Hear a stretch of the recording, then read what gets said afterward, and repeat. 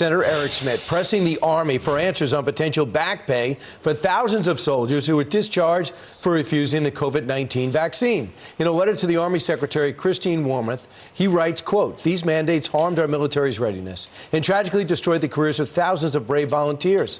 This, of course, as the Army sends letters to soldiers booted from service, inviting them to rejoin amid the historic recruiting crisis. So you have the opportunity to correct the characterization of your discharge." Missouri Senator Eric Schmitt joins us now. Senator, great to see you.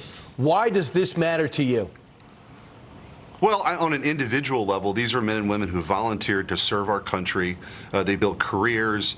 These are our heroes. And they were just, dismissed and disrespected with this COVID tyranny that swept the political class in Washington. So they were gone, about 8,000 of them, Brian.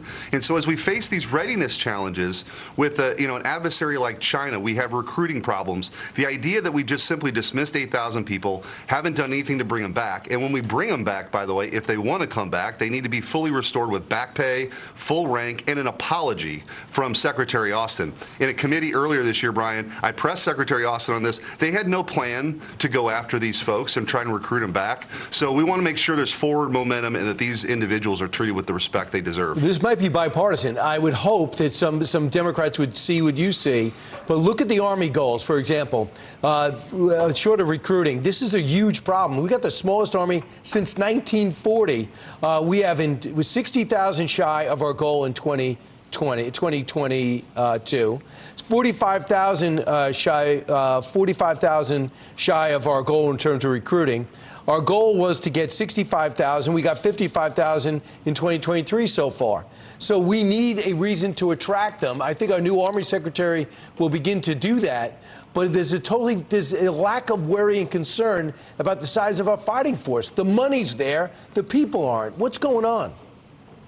Well, that's right. I'm glad you're bringing those numbers up, Ryan, because I'm on the Armed Services Committee. We see this all the time.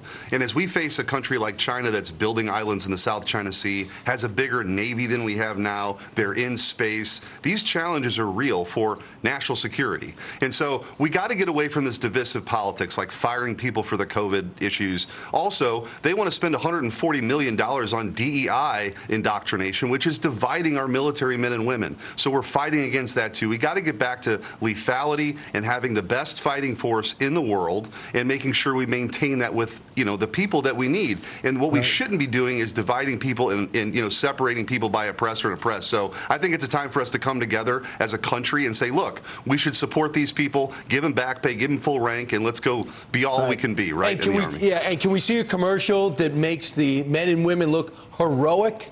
Not in cartoon fashion, something that's rewarding, that shows maybe the history of the American fighting force, which is glorious. Senator, I think people wake up in there. Thanks so much for joining us today. Thanks, Brian.